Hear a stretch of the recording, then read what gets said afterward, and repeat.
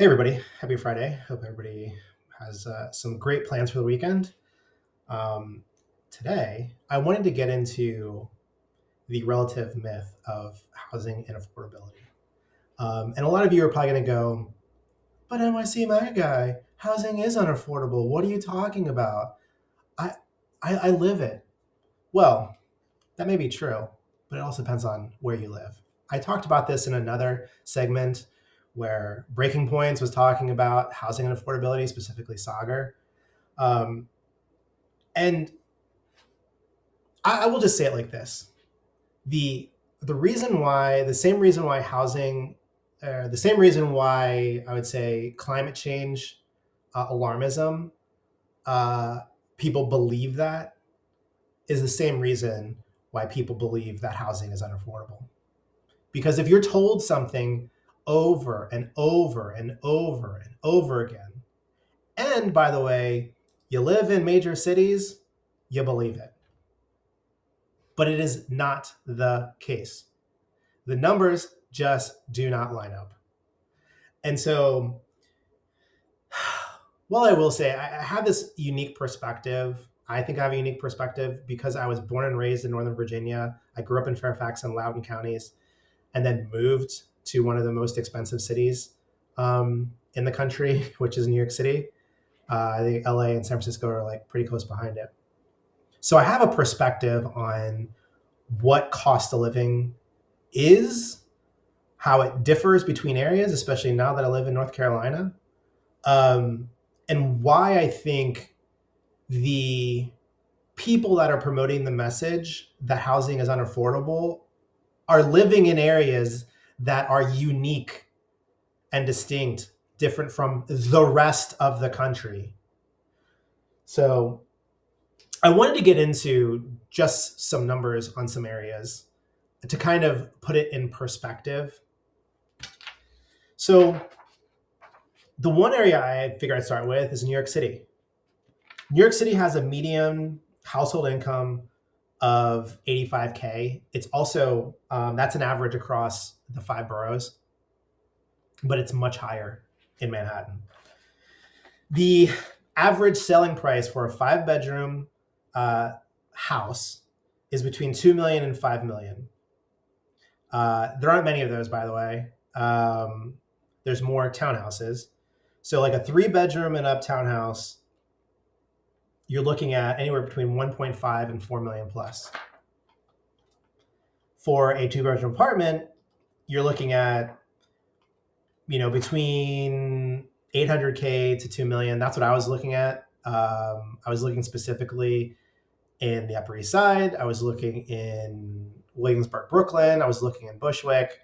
And two-bedroom apartments are generally between, like where I was looking, and depending on the type, whether it was a co-op or a condo. Condos are more expensive upfront, cheaper on the back end. Co-ops are way cheaper on the front end, very expensive on the back end. I talked about this in another segment. But they were between like Upper East Side apartments that were co-ops were anywhere between 250,000 to million plus. But as kind of weird, the more expensive the co-op was, the less, generally speaking, the co-op fees were. The lower the cost was for the apartment, the higher the condo fees.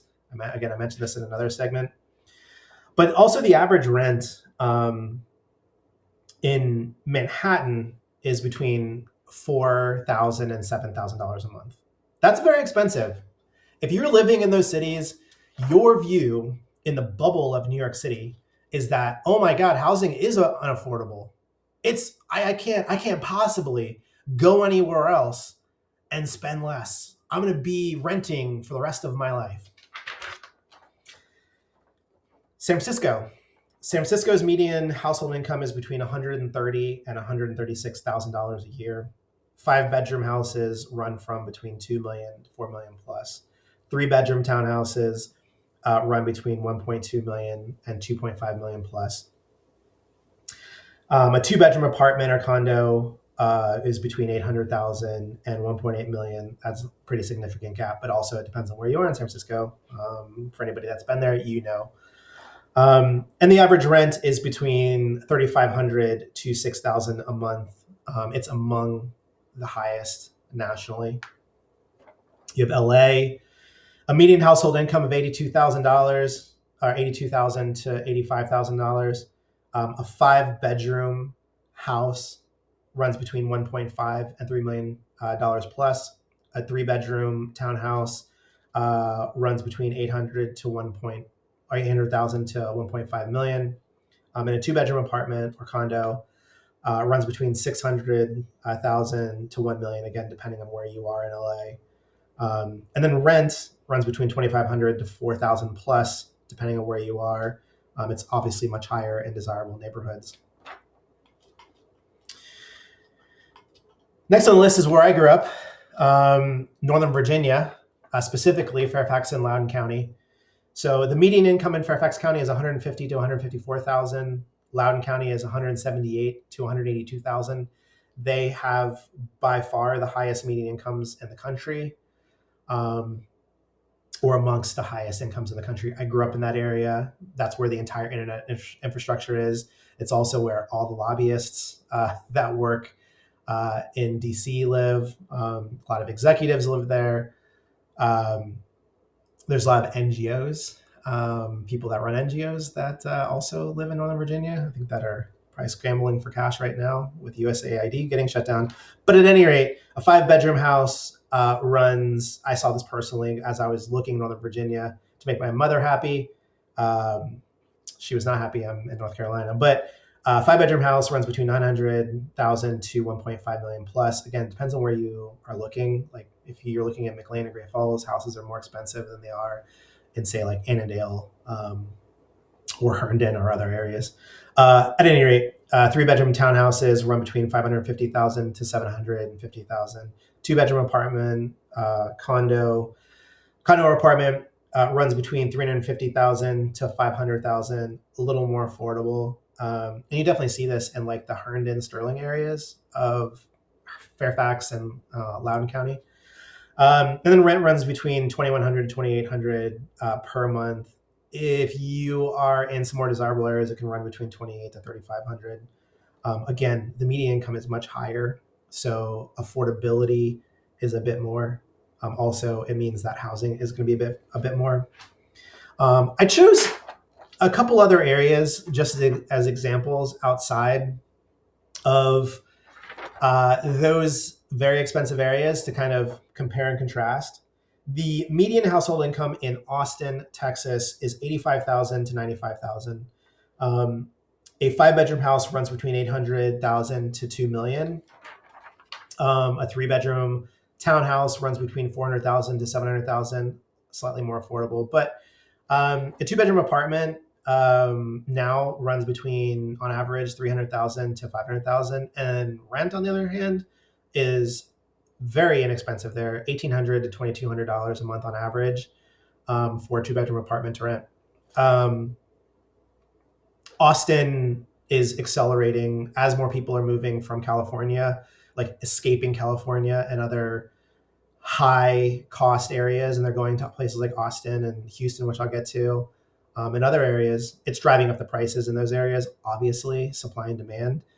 But those areas on average are still much lower than the places in which these people are coming from. And also there's some added benefits of having no income taxes in some areas. Houston's median household income is 700 or 70K to 80K. 5-bedroom house runs between 400,000 to 800,000 plus, again, depending on the area. 3-bedroom townhouses run between 250,000 to 450,000. That's very, very affordable if you're trying to start a family and you want a starter home of some sort. I mean, that's very affordable. And then 2-bedroom apartments, if you're looking as an individual buyer, looking for your first purchase on getting to own an asset, is between 150,000 to 300,000. We're not talking about a lot of money here. I mean, to some people it is a lot of money, but if the average household income is 70 to 80K 150 to 300,000 is well within that, as well as 250,000 to 450,000. Even if you're looking at 10% down, or leveraging a first it's a H I'm trying to, it's first home buyer credit where you can actually put down 1% or 2%. Your interest rate might be slightly higher, or your insurance might be slightly higher, but you can still get in at a relatively low price point and low out of pocket expenses. Rent in those areas in Houston area goes between $1,400 and $2,000 a month. Again, significantly more affordable. If you're looking at it from the scope of New York City, LA, San Francisco, you're thinking the rest of the country is as expensive and unaffordable as where I live. No, that is not true. Other areas that I want to look at were the Orlando and Tampa area, which saw significant gains, especially over COVID. I've been to Orlando. I've been to Tampa. I'm not much of a warm weather person, which is crazy because I live in North Carolina and we barely get any snow here, and it's generally very hot during the summers. At any rate, it's great areas if you want to retire. It's a great area if you want to move from a high cost area to a low cost area. Again, knowing state income taxes, the weather is pretty good. If you like warm weather, you have access to really good beaches, honestly, anywhere along either the Gulf Coast, the Gulf of America, the Gulf Coast, or the Atlantic Coast. I will say the Gulf Coast is better. But Orlando and Tampa, the median household income is 75 to 85K. Again, that's the average across all people that live there. A 5-bedroom house in Orlando or Tampa is between 500 and 900K. A 3-bedroom townhouse runs between 300K to 500K. A 2-bedroom apartment or condo, you're looking at between 200K to 400K, and the average rent between 1,800 to 2,500. Tampa is slightly higher than Orlando, but generally speaking, those prices are much more affordable. And the place I wanted to end on was the Raleigh-Durham kind of triangle area here. The median household income here is $85,000 to $90,000. A 5-bedroom house, it runs between $600,000 to $900,000 plus, depending on where you live. If you're closer to Raleigh, houses cost more. If you're closer to Durham or Chapel Hill, houses cost more. If you're a little further out, like myself, where it's a short drive to either of these places, housing is very affordable. 3-bedroom townhouses run between 350 to 550K. 2-bedroom apartment to purchase is between 250 to 450K. The average rent for a 2-bedroom apartment is between 1,700 to 2,200. And if you're looking at a 3-bedroom apartment, it's between 2,000 and 2,500. Now, I want to highlight this because, again, you're told by news people and by, I would say, companies and highly educated people that housing is unaffordable. And all of these people live in these very expensive areas. And by the way, the people that are telling you that housing is unaffordable themselves own houses. You can look at Fox News or MS Now or CNN. They're talking about housing unaffordability. These people own multiple houses. They own an apartment in New York City. They own a single-family home in Westchester or Connecticut. They have houses. The real difference, in all honesty, between people that buy houses or that own a house and the people that don't are strictly due to financial choices that an individual makes. If you believe that you can't afford a house and that you'll never be a homeowner, you will never become a homeowner. Becoming a homeowner requires discipline. It requires making sacrifices. And if you live in a very expensive place, you tend to make a lot of money. And the thing is, what are you spending that money on? You could say, oh, it's my student loans or this, that, and the other. I mean, that's an excuse, but student loans aren't going to prevent you from getting a mortgage. And if you're not going out and partying all the time and you're not spending a lot of money on stupid stuff, then it's easy to maintain payments on your student loans while also saving money. I will say the easiest way that I did it was that it was two ways. One was I had commission checks coming in, and I decided to use part of those commission checks always to invest in the market while living in New York City. Also, I set up an Acorns account, which anybody can do, by the way. It's a great app. You can have money pulled out of your account on a weekly basis. You can set it up daily, weekly, monthly, however you want. I have mine set up to pull $100 out weekly, and it goes automatically to an Acorns account. Acorns is just, it's going to be an ETF on the other side that's following a lot of different stocks and a lot of different bonds and this, that, and the other. But that money is just disappearing into that account, and that allows savings to grow. And it's following the market. If the market's doing well, then those assets are going up. If the market's going down, it means that the money that you're putting in, you're buying lower and you're averaging down, which means that when the market does eventually go up, you see significantly more gains. It is how you invest. But again, those were the two areas that I focused in on. On my girlfriend's side, it was RSUs, buying company stock at a discounted value. If you work for a publicly traded company, the company itself will give you the ability to get, ESPP, Employee Stock Purchase Plan. And that will enable you to buy generally at 15% discount, and it comes directly out of your paycheck. And it happens on a quarterly basis or an annual basis, depending on how the company sets it up. And that itself is a great way to buy into the market. If you believe in your company, invest in it. And you can do it at a discount. Why not? These companies also offer RSUs, restricted stock units, which over time become actual stock that you have. There's also options, which, there's a vesting schedule for both of them. If you're given options or you're given RSUs, there's a vesting schedule. So over a period of time, a certain amount vests, usually a quarter within the first year, and then a certain amount every month, to the point where, like, within a 2 or 3 year period, you've vested all of your options or your RSUs. RSUs you own when they vest, on the other hand. And then, by the way, you've also got to pay taxes on that stuff, which kind of sucks, but it is what it is. It's great to have options you have to actually purchase, but you're basically given a purchase price, the option to buy at a certain price.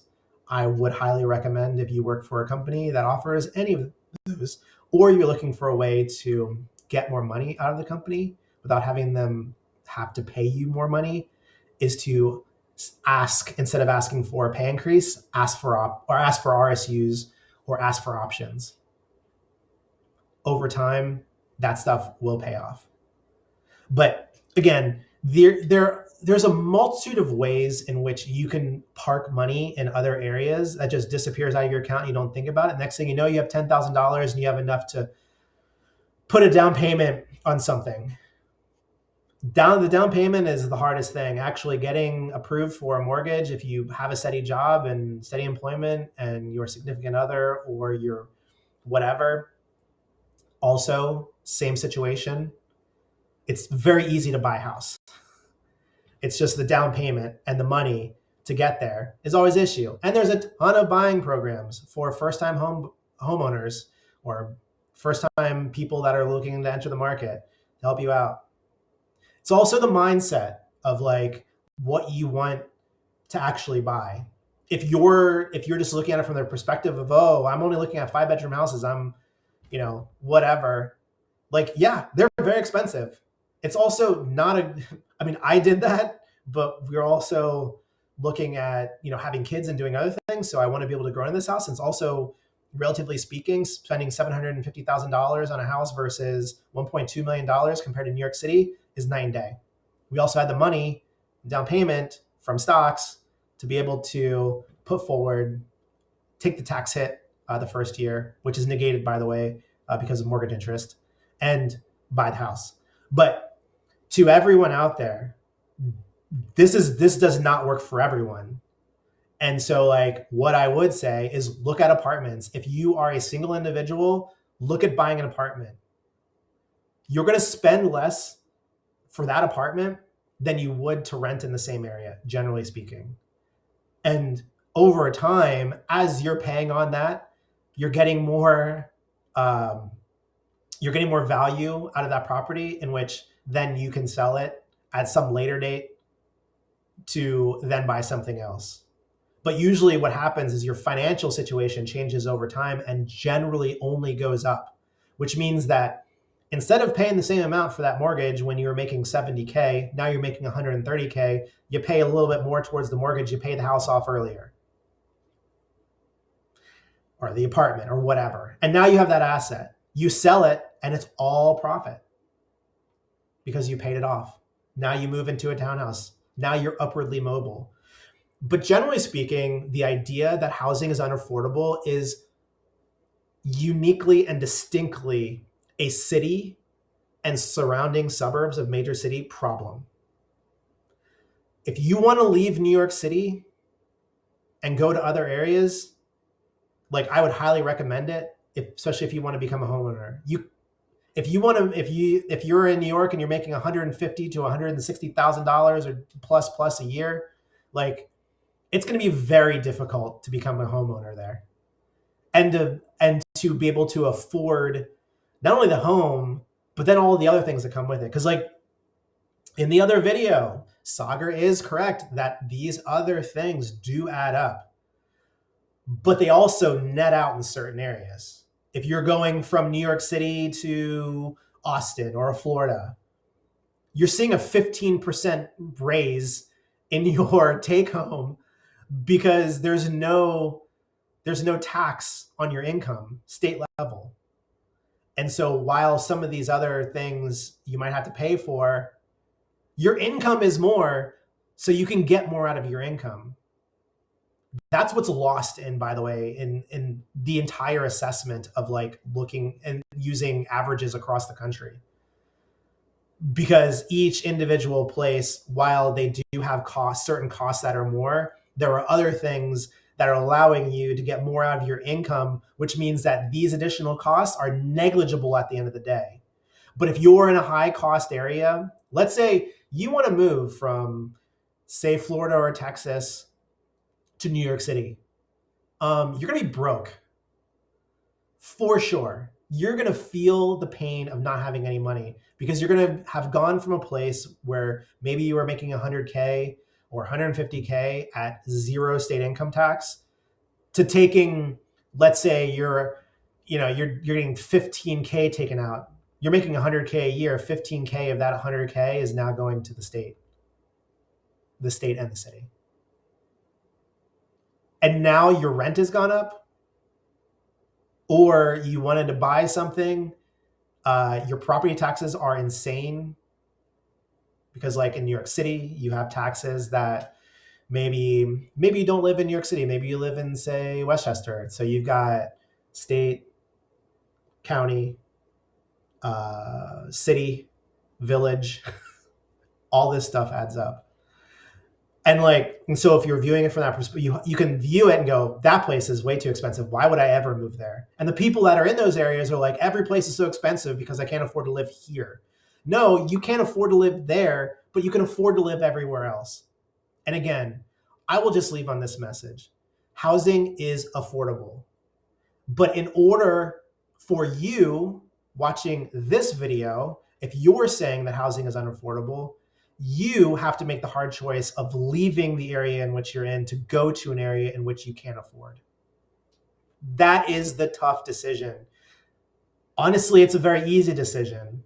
But if you're wrapped up in, oh, I love the nightlife, and oh, this, that, and the other, and my friends are here, and this, that, and the other, then you're going to be stuck in that area. You're going to be stuck paying a stupid amount for rent. You're going to be stuck never owning a home.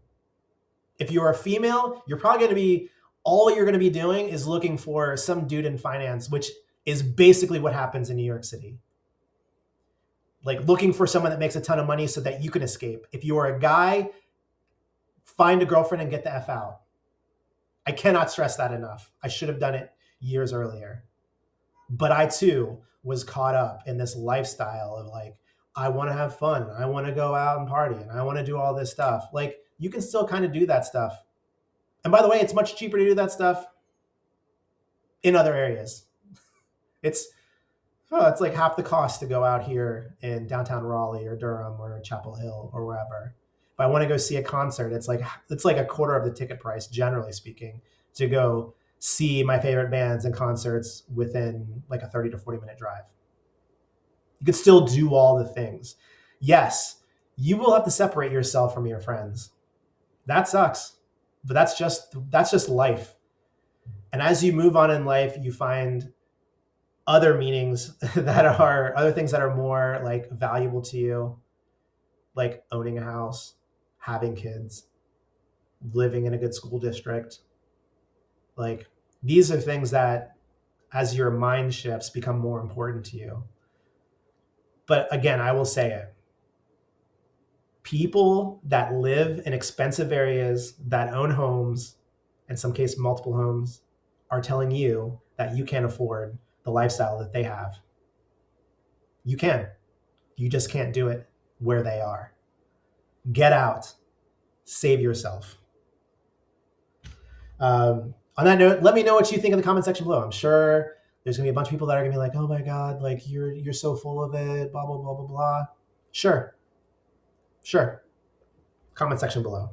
But as always, keep believing the best is still ahead for America. Peace out.